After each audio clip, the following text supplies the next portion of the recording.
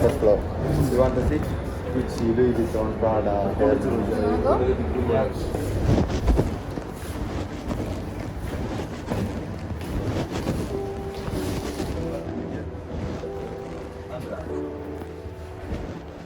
Apa dia sama ada cari ya sih?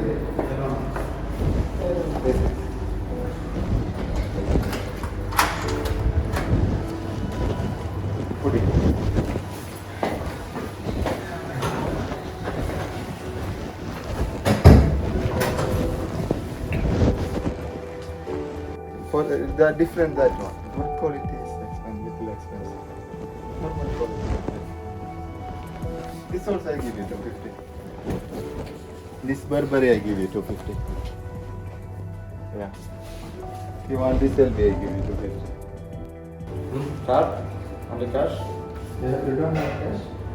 Okay, after the card is now.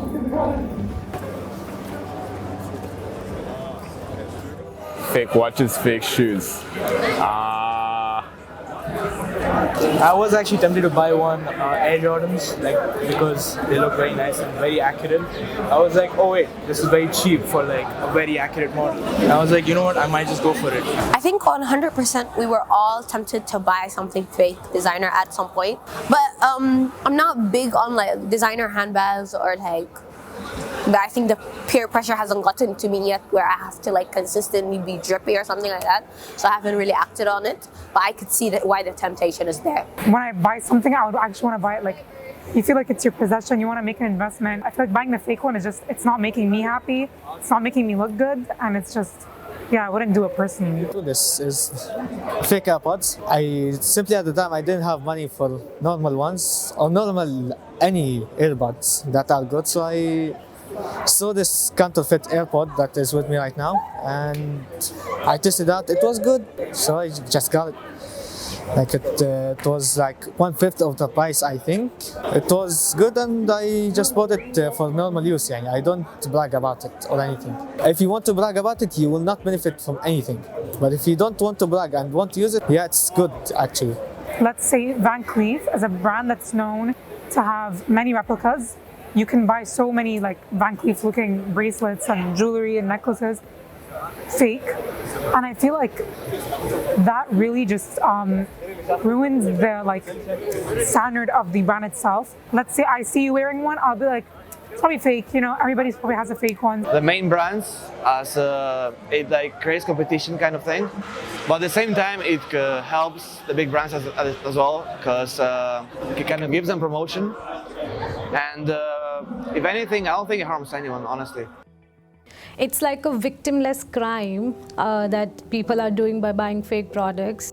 The generations that we have now are so attracted by the idea of the image, the watch, the car, the jewelry, the handbag, the clothes, the perfumes, whatever it might be, because they think that they somehow come across as a better person because they have the Louis Vuitton handbag or the Gucci shoes or the Rolex watch. And sometimes it's hard to make that connection between that purse you might have bought on the street corner and organized crime activity. But this activity that seems to be going under the radar can be lucrative for criminals. Counterfeiting is probably one of the top 10, possibly even the top 5 most lucrative organized crime typologies, because it makes so much money for such a little outlay of expense. Counterfeiting makes a large amount of money.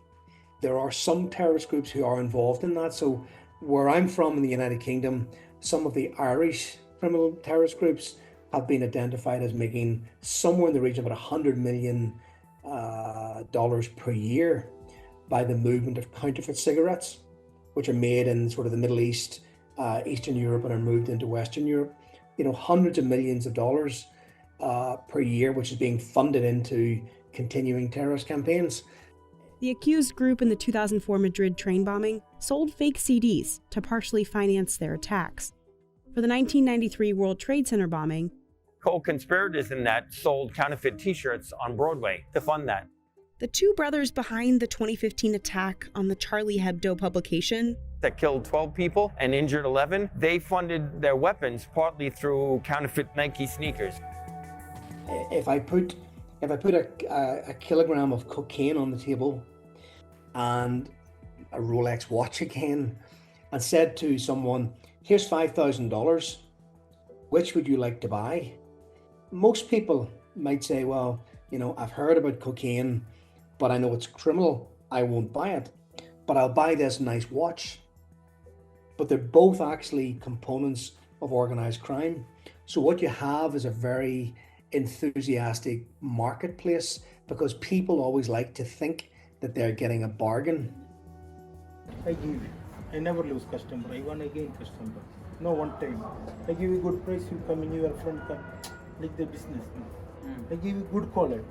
You want cheap quality, I want to store cheap quality. And they're very comfortable. They see no connection between what they're doing as a consumer and the long supply chain that brings it back to the actual exploitation.